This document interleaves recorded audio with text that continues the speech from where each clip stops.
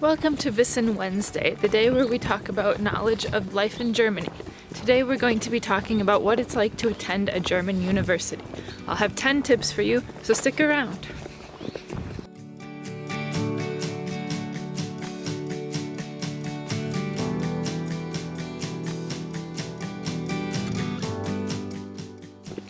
The first thing you'll need to know about German universities are that they cost about 300 to 350 euros a semester, which is much more affordable as compared to the US, where it costs you up $2,000 to $4,000 or more per semester, so they're very affordable. The second thing you need to know about German universities is that they're organized. Typically, your classes are either a lecture or a seminar. And lectures, you just kind of sit there and absorb information, and you may have an exam at the end. And seminars, you have to do more work. Interestingly enough, though, your assignments, so far as I've encountered it, you never have graded assignments. They don't count towards your grade. You're only graded on your exams. So it's a little bit harder. It's less of an effort-based grade and more of a knowledge or competence-based grade. One of the most important things you need to know if you're going to study at a German university here, which I'm learning this the hard way, is that you need to be argumentative. This is something I struggle with. I don't know why I'm not very aggressive, but it seems like in all courses, even my English courses, they expect that you're like argumentative. And students, when they raise their hands to give an answer, it's not like in the US you would just give like an answer. But it seems like here, the expectation is that you need to give a reason for your answer. So that's my first tip. Make sure you write argumentatively, you explain yourself argumentatively, and even sometimes in daily conversations you need to be argumentative. The fourth thing you'll need to know about German universities is that your classes are typically about 1 to 2 hours per week. I know when I was in the US, we had classes that met like several times per week, but here your class usually only meets one time per week.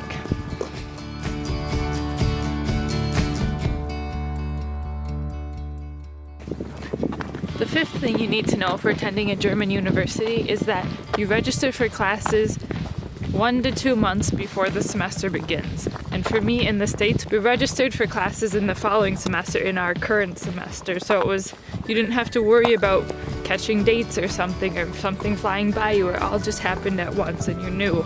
But here, it starts at different times for different subjects, and it's very confusing where you find the information. So make sure that you stay on top of things.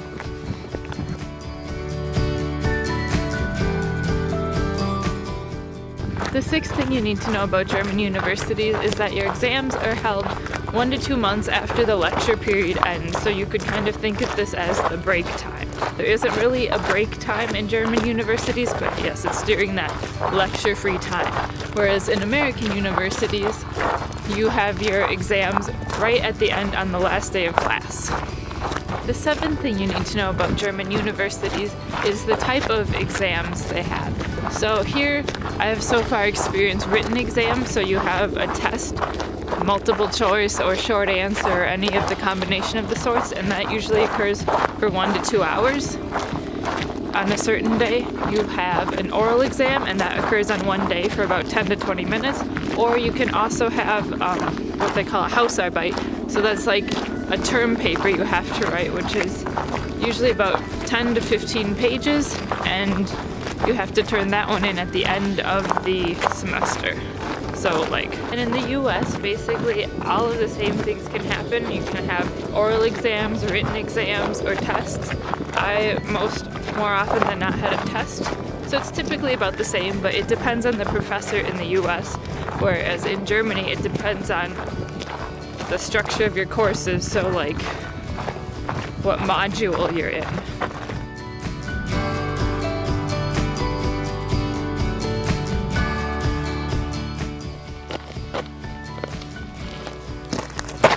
The eighth thing you need to know about German universities is their grading structure. So you can have a 1.0, which would be equivalent to your A, a 1.3, which would be equivalent to your B, and a 1.7, which is equivalent to your C.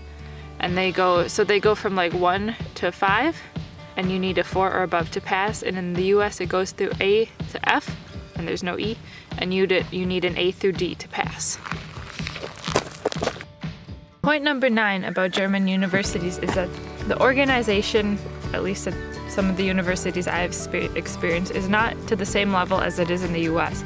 There's a department that's responsible for booking your grade, and if something goes wrong or if you need something from them, you oftentimes have to go to them. It's really chaotic, and I've not had to deal with such things in the US. Typically you go to one person and they help you write you out like a structure or a plan for your entire career at the university, and you go from there, and your tests and grades are automatically booked. It can be kind of confusing. Point number 10 that you need to know about German universities is that they have a giant cafeteria.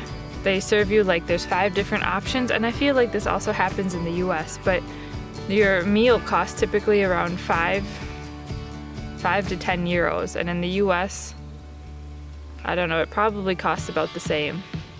But the mensas are this really big hall that you go to for lunch, and it's like a cafeteria, and you have all of these different lines you can go to.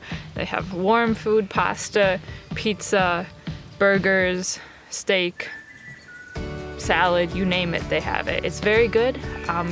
You could also try a lot of local cuisine from there, or like some typical German style dishes, and it's very delicious. And in the US, you have basically the same style of cafeteria, but with American style dishes. That wraps up our 10 points about the German universities as compared to the American universities. Do you have any questions about this? Please type them in the comments below.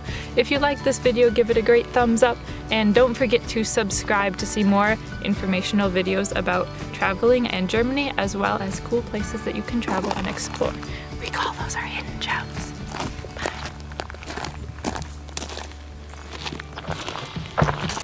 Mark.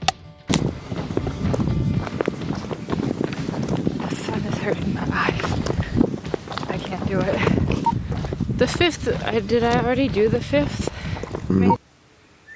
And whereas in the US, we have the same thing, but with American style dishes.